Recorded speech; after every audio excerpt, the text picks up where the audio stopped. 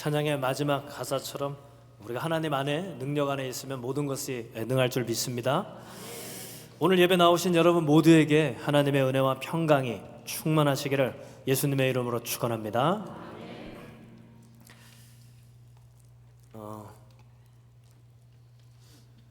뉴스를 보면 어지럽죠.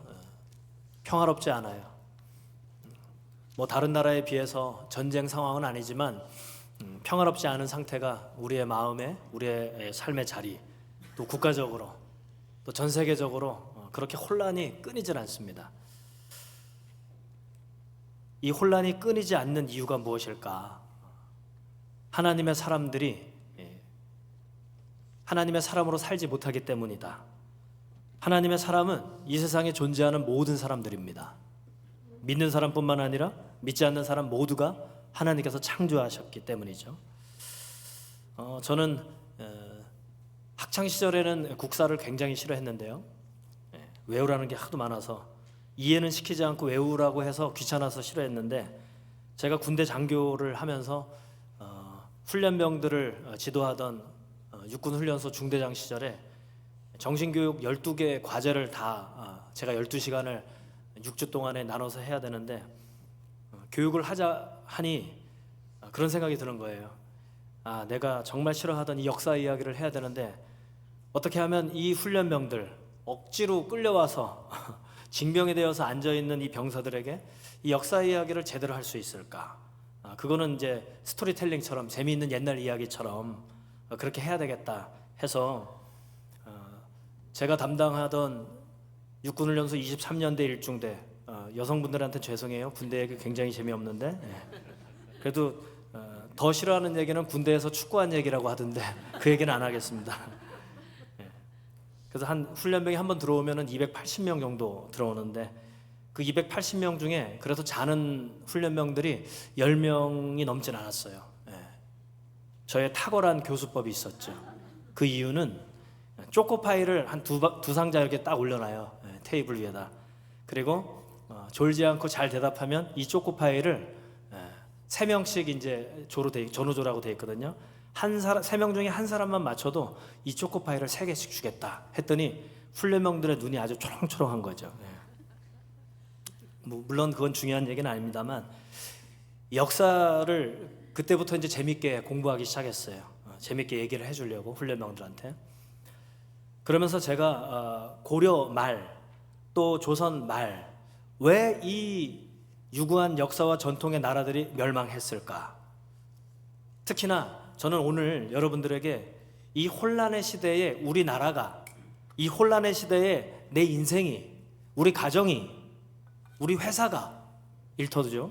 그리고 우리의 교회가, 공동체가 망하지 않으려면 어떻게 해야 되는가, 이걸 좀 찾았으면 좋겠어요. 저는 조선이 멸망하게 된 시작을 1801년으로 꼽습니다. 그것은 신유년, 신유박해가 있었던 해예요. 신유박해 사건은 조선 왕조 아래 최초로 천주교를 대규모로 박해했던 해예요.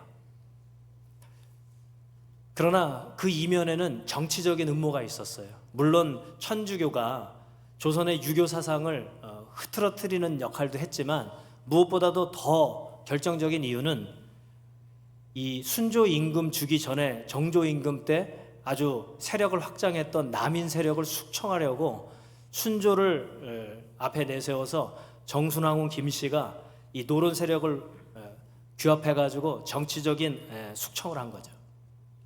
이 신유박해는 두 가지 의미가 있어요. 하나는 종교적인 하나님을 거부한 사건, 그리고 그 밑바탕에는 자신들의 사익을 위해서 공익을 해쳐버린 사건이에요. 당시에 가장 활약했던 다산 정약용 선생은 이런 말을 했어요. 이중 리위리 이천하 안위한. 그 의미는 아래 두 줄에 이렇게 기록하고 있습니다. 우리 다 같이 읽어볼까요? 시작.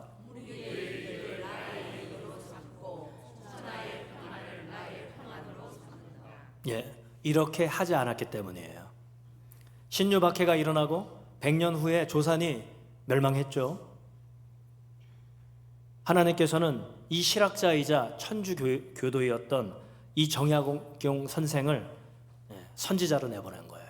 조선이 이 이중 리윌이 이천하 안위한, 무리의 이익을 나의 이익으로 삼으면, 천하의 평안을 나의 평안으로 삼으면 그 나라는 망하지 않는다. 내가 지켜줄 것이다 라는 메시지를 저는 던졌다고 생각해요. 그러나 그로부터 얼마 지나지 않아서 신유박해가 있었고, 천주교인의 대학살 뿐만 아니라 자신의 이익을 빼앗겼다는 이유로 이익을 되찾기 위해서 수많은 사람들을 학살했던 그들의 잔인함, 이중 리윌이 이천하 안위원을 버렸기에 그때부터 점점 나락으로 가서 100년이 지나지 않아서 조선이 멸망한 거죠. 여러분들은 세상을 어떻게 보십니까? 어떠한 마음으로 보세요? 내가 지지하는 세력이 있죠. 정치적으로, 경제적으로. 그러나 이 하나님께서 정약용 선생을 통해서 주신 이 중요한 메시지, 이중 리윌이 이천하 안위한, 그러한 관점으로 세상을 보십니까? 아니면 나의 이익을, 나의 사익을 공익보다도 더 중요시 여기면서 세상을 보십니까? 오늘 모세는 우리에게 하나님의 사람은 이런 사람이라는 좋은 모델을 보여주고 있어요. 저는 그래서 오늘 이 모세의 상황은 우리 13절에서 이렇게 시작돼요. 우리 13절 말씀을 한 번 더 읽어볼까요? 세 번역으로 준비했습니다. 시작.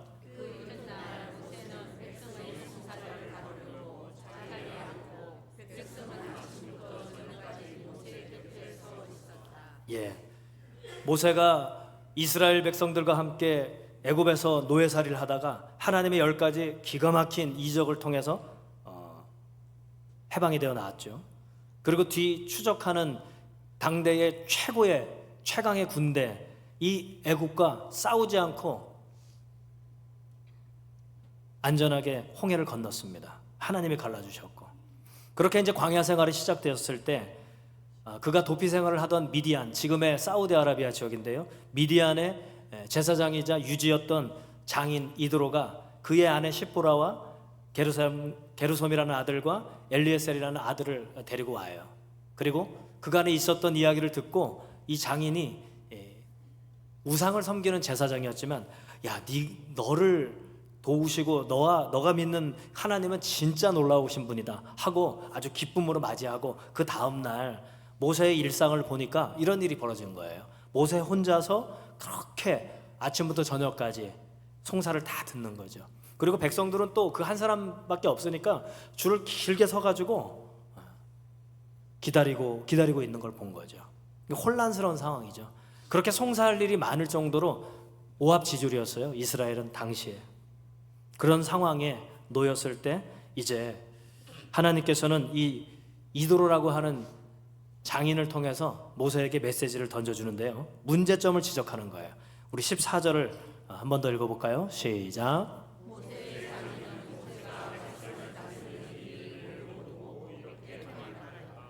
자네는 백성의 일을 어찌하여 이렇게 처리하는가? 어찌하여 아침부터 저녁까지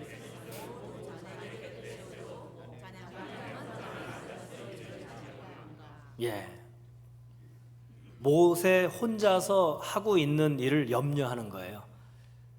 딸과 두 손자들을 데리고 모세와 다시 단란한 가정을 이루기 위해서 데리고 왔는데, 뭐 아침부터 저녁까지 일만 하고 있는 이 모세를 보면서 딱하기도 하지만 이 내 딸, 이 두 손자, 이런 아버지, 이런 남편하고 잘 살 수 있을까? 이 걱정이 앞서는 거예요. 평화롭지 못한 거예요. 그리고 오합지졸인 상황이 보이는 거예요. 우리의 삶도 그럴 수 있죠.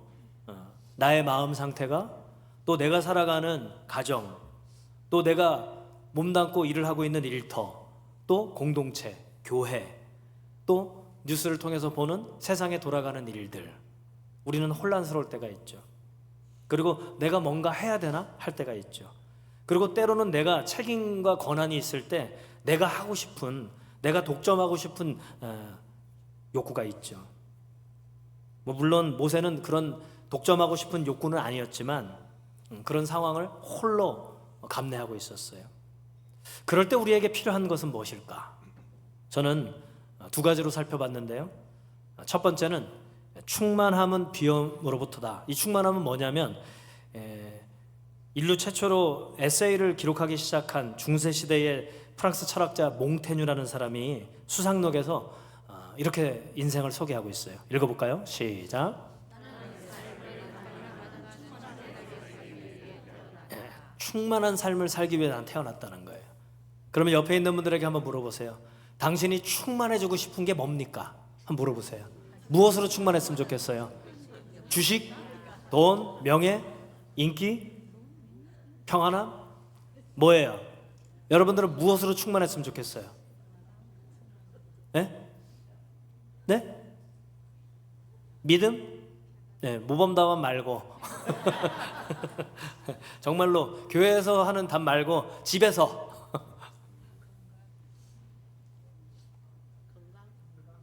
건강?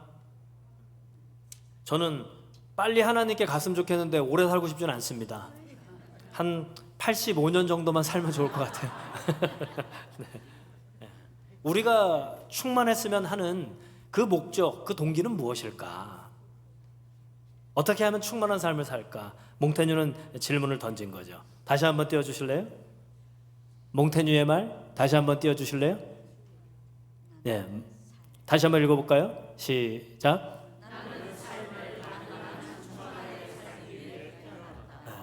무엇으로 충만해야 될까? 다시 첫 번째 소 제목을 한번 다시 띄워주실래요? 읽어볼까요? 시작. 충만함은 비움으로부터 시작됩니다, 여러분. 한번 들어보세요.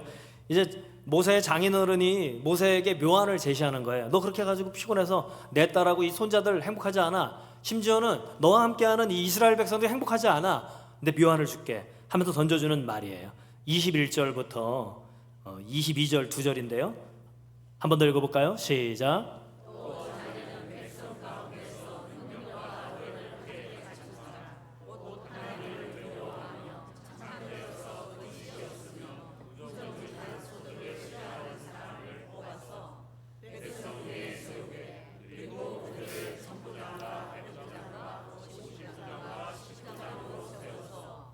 그들이 사건이 생길 때마다 백성을 재판하도록 하게.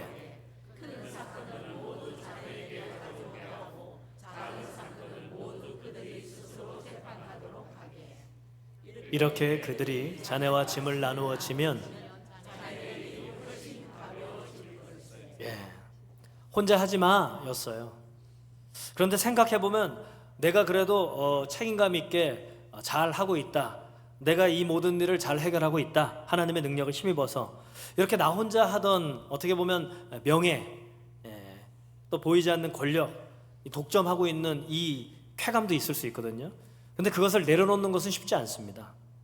그런데 모세의 장인 이드로는 내려놓으라는 거예요. 혼자 독점하지 말고 내려놓으라는 거예요. 여러분 삼각자 아시죠? 삼각자. 한번 그림 띄워주실래요? 근데 왜 가운데 왜 비어 있는지 아세요? 재료를 좀 절약해가지고 이윤을 추구하는 목적일까요? 재료비 좀 덜 들게 하려고? 물론 그것도 없잖아 있다고 아니할 수 없죠. 더 중요한 목적은 삼각자가 완전히 다 채워져 있으면 그것을 바닥에 놓고 사용할 때 이 마찰 때문에 쉽게 움직이질 못한다는 거예요. 실용적이지 않다는 거예요. 그래서 가운데를 비워놔야 마찰이 덜해서 움직이기 좋게, 사용하기 좋게 됐다는 거예요. 비워냈을 때 가벼워지고요. 가벼워질 때 새롭게 변화될 수 있어요. 그럴 때 새로운 것이 채워지는 거죠. 충만함은 비워냄부터 시작이에요. 그래서 몽테뉴는 충만함을 이야기하면서 결론적으로 이렇게 얘기해요. 읽어볼까요? 시작.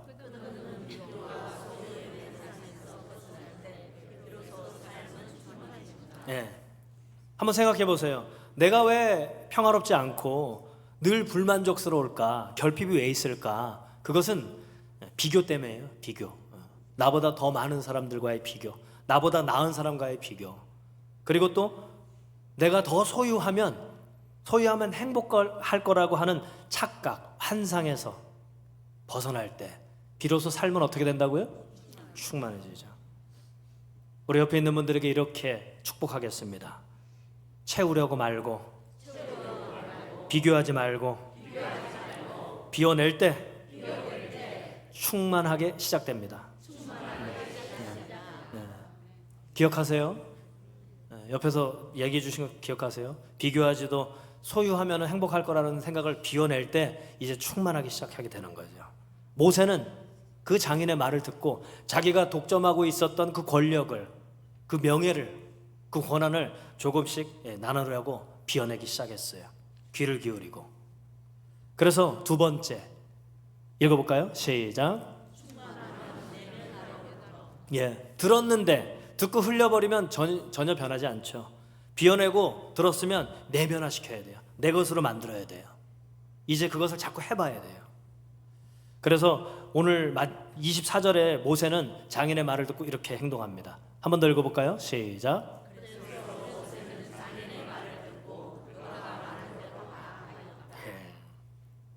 그렇게 했어요. 하나님의 음성으로 들은 거죠. 근데 이 미술계의 최고의 천재로 꼽는 사람이 있어요. 여러분은 누구라고 생각하세요? 전 세계를 통틀어 최고의 천재 화가, 가장 비싼.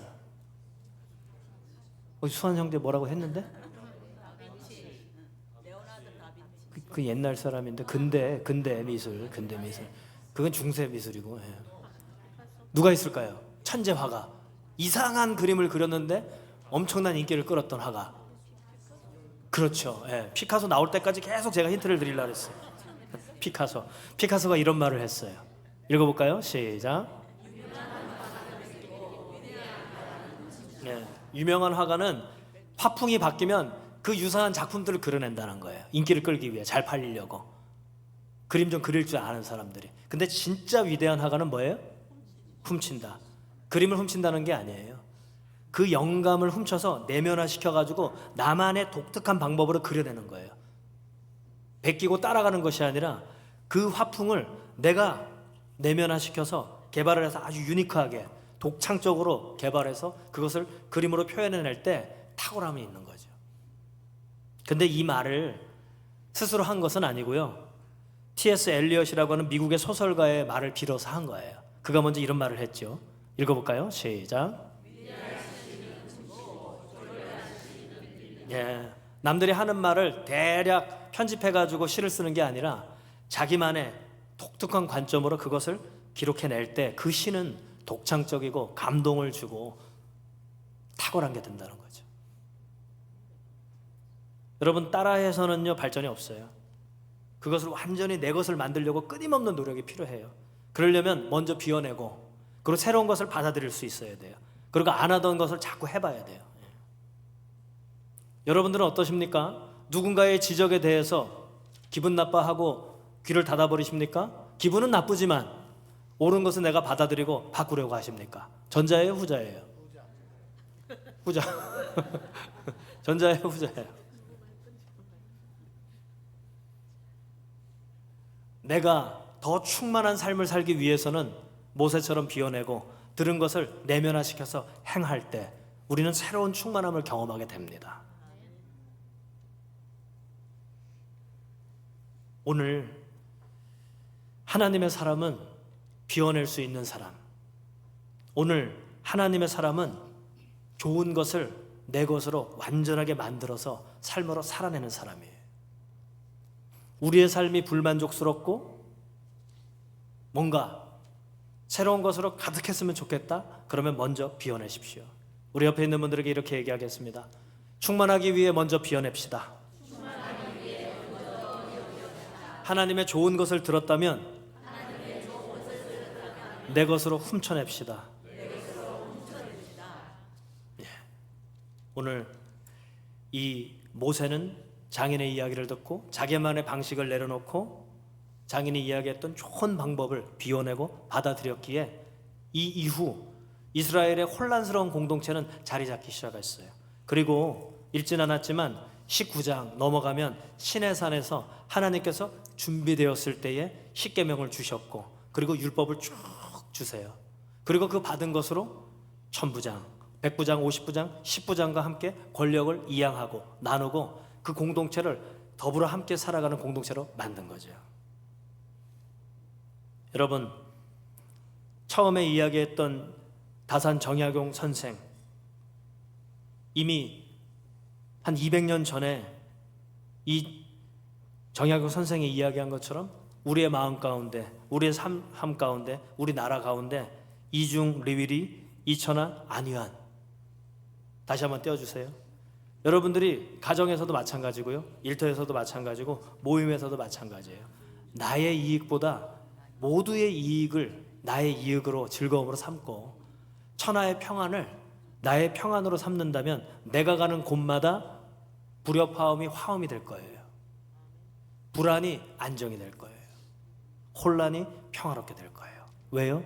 그것이 하나님의 뜻이고 그 뜻대로 살아가면 하나님께서 나를 통해서 바꾸실 거예요.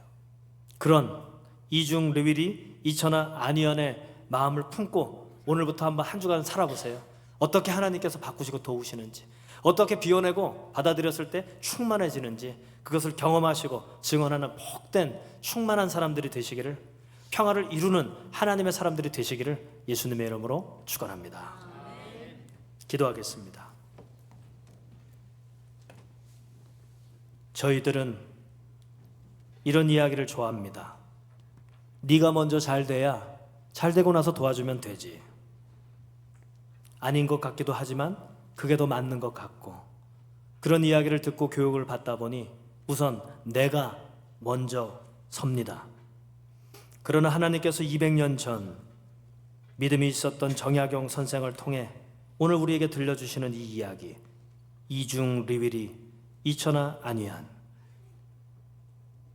무리의 이익을 나의 이익으로 삼고 천하의 평안을 나의 평안으로 삼는다면 우리의 혼란을 평화롭게 될 것입니다. 우리의 마음, 우리의 삶의 가정, 일터, 교회, 세상, 모세를 통해 보여주신 비워내고 받아들여 행할 때 하나님의 말씀이 임하고 하나님의 평화가 임하고 하나님의 놀라운 새로운 역사가 일어남을 봅니다. 주여 비워내게 하시고 주시는 말씀을 붙들고 살아갈 때 우리에게 충만한 은혜를 더하여 주시고 충만한 하나님의 놀라운 일들을 경험하며 증언하며 살아가는 저희들이 되게 하여 주옵소서. 예수 그리스도의 이름으로 기도드리옵나이다. 아멘.